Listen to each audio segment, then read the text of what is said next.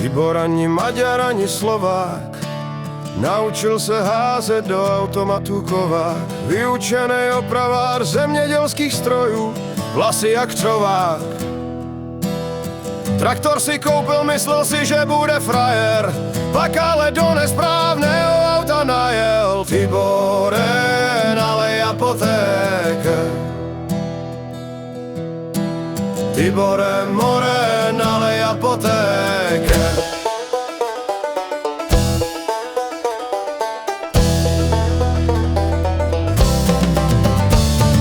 Tak vlasatý kluk na montáž musel jít a začal strašně lít. Všechno uměl, všechno zvlád. Dívajíc do zrcadla zjistil, že již není mlád. Ignác Šuhaj z velkých Maďarů nasral se s ním do kasekeru. Tibor se jeden rok v Německu ve výkopě nořil, materiál zdárně čořil.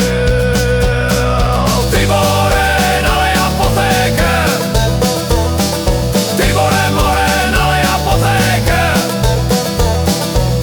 Najednou přišel velký Vojta z Čech a Tibor na kanapelech. Tiborovi letělo v hlavě, je to Šek, Edmund, Káš nebo Bos. Dal si víno a na kokot mu přistál kos. Pak si padli do oka, nepili však spolu nealkaloka.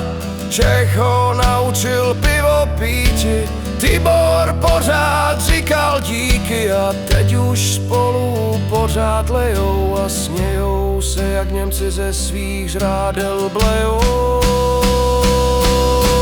Tibore, kamaráde Vojtovo.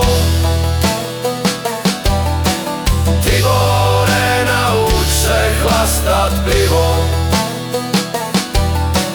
Tibore,